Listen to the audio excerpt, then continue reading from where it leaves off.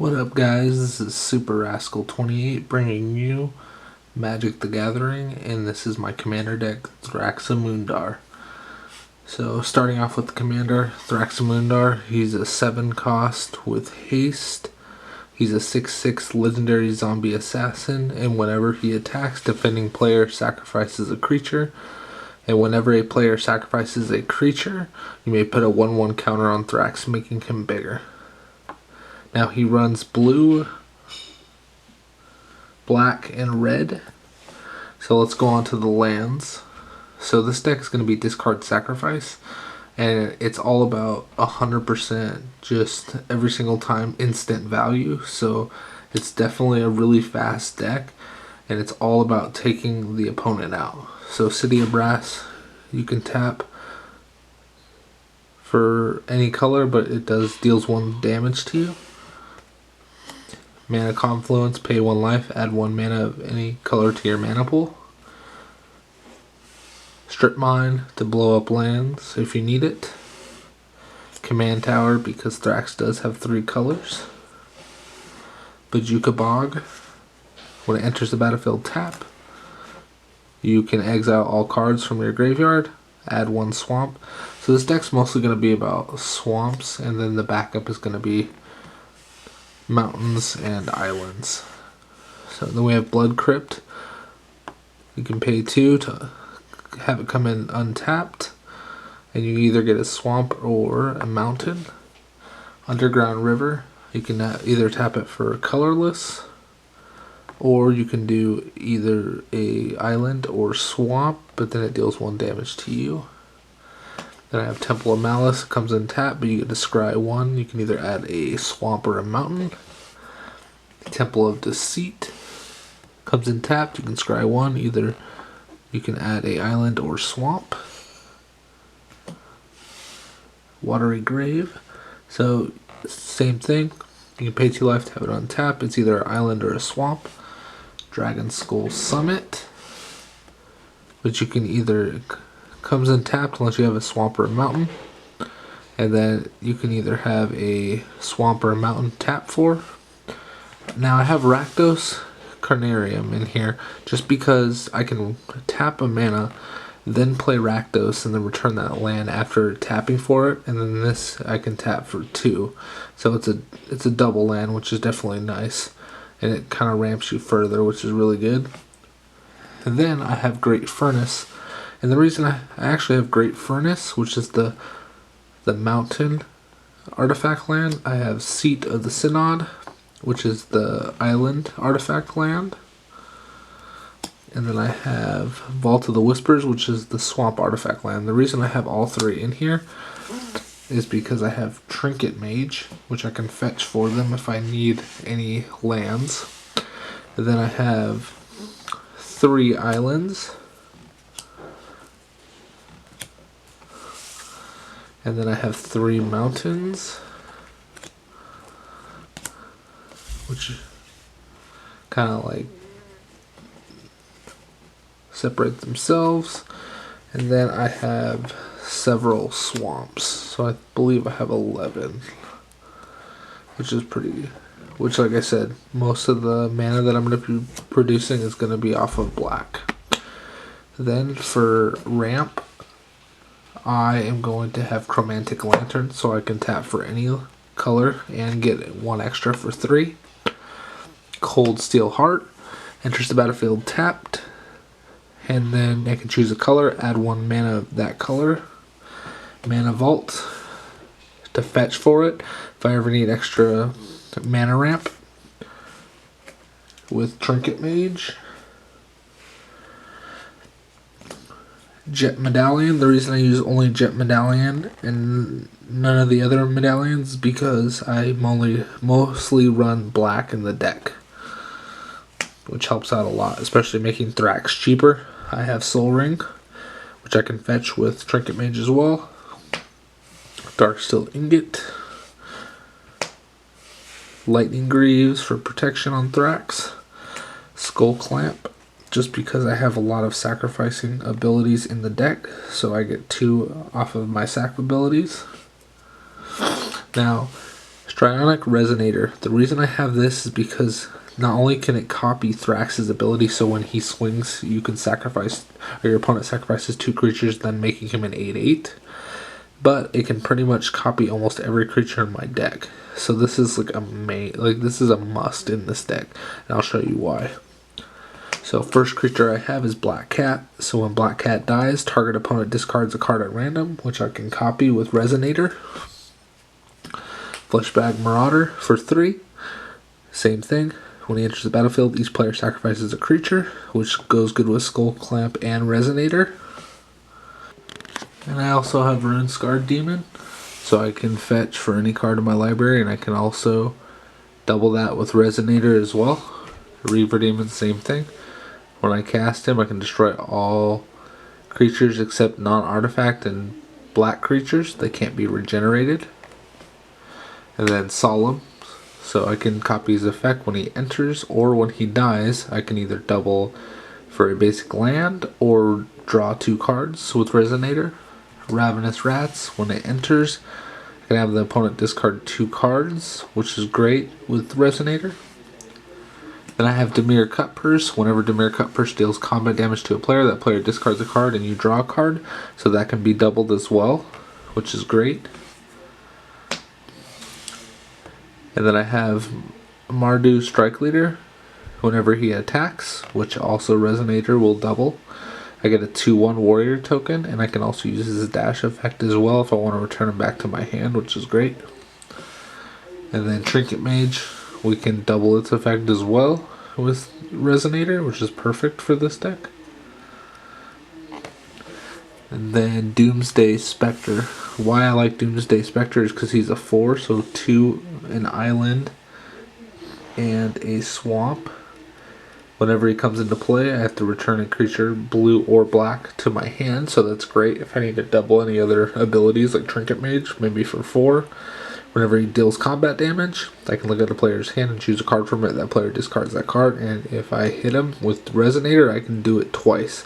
So I can trigger each of his effects twice, which is great, especially for something small like Trinket Mage, or I can bring back anything, which is great. Hypnotic Spectre. So a 3 flying. Whenever he deals damage, that player discards a card at random, so I can trigger that again. Random is a good way to stop your opponent because it forces them to discard cards that they might not want to discard, which is great.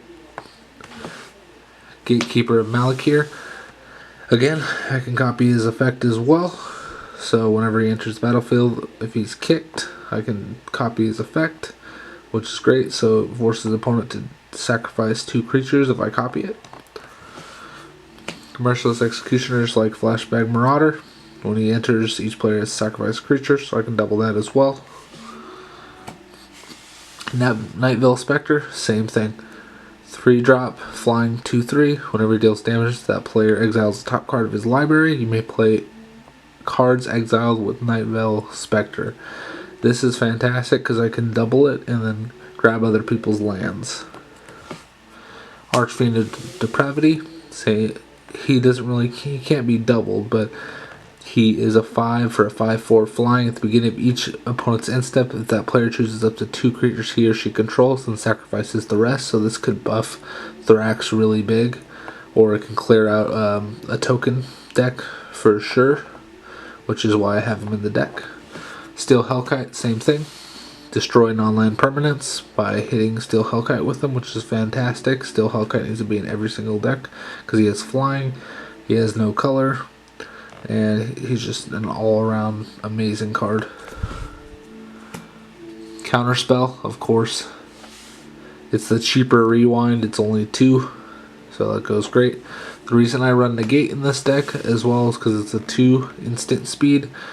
I can sack a bunch of creatures, so Negate's for all the other cards that could really affect my play. So that's why Negate's in there. Vampiric Tutor, so I can instant speed tutor. Pay 2 life, search your library for any 1 card. So shuffle your library, then put that card on top of your library so I can draw into it, which is fantastic. This card's amazing. Demonic Tutor. Search your library for one card and put it into your hand. Sorcery speed, so I can do it on my turn. This card will fetch me any card I need. Dark Ritual. This is going to ramp me further, so if I have Dark Ritual in my hand and any Soul Ring or Mana Vault, I can get Thrax out pretty much by turn 3. So that's fantastic. And then Rooftop Storm. So I have a foil Rooftop Storms. It just goes with my foil Thraximundar. 6. You may cast zombie spells for 0 instead of paying their mana cost. So I can keep bringing out with this card. It's 1 less than Thrax. I only need an island and 5 colorless. I can bring out Thrax whenever I want for 0. I have a couple other zombies in the deck too, so I can bring those out if I need to as well. It's just fantastic. Victim of the Night. So this is an instant speed. So most of the time nobody's really going to be running vampires, werewolves, or zombies. So most of the time any commander that's not those, I can instant speed kill it for 2, which is fantastic. I have a lot of instants and sorceries. That's why I run Murderous Cut in this deck. So I can technically get a 1-drop for destroy target creature. Chaos Warp, we all know what that does. Like I said, it'll take off anything that I need it to off the board if it's really affecting my play. I have Guild in here, so I can exile target creature if it has an indestructible, and then I get a mana off of that for 4. That's fantastic. It'll ramp me further. Dismember is perfect because I would rather pay 4 life and pay 1 to kill a 5/5 or less. Like that's going to take it out. Instant speed, which is fantastic. Terminate.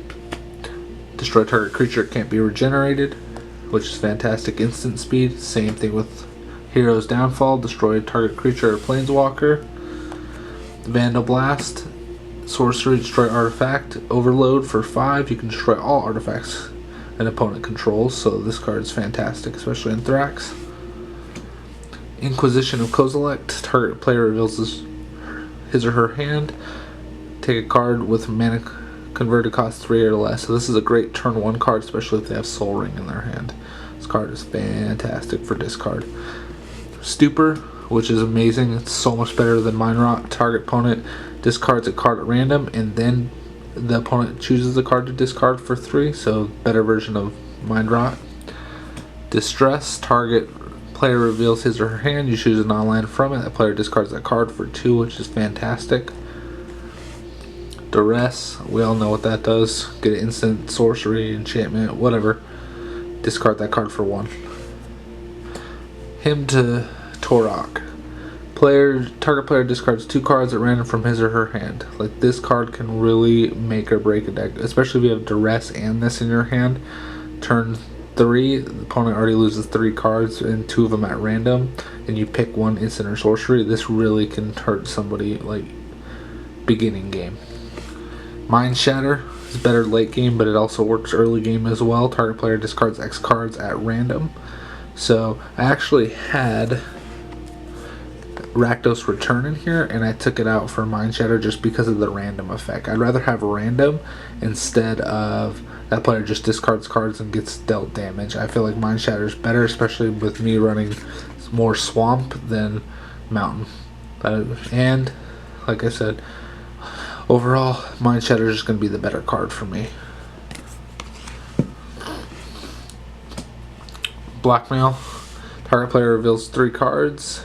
You choose one of them, the player discards that card. So it kind of forces your opponent to figure out what he needs in his hand and kind of force him out of something. So Blackmail is great, especially turn 1.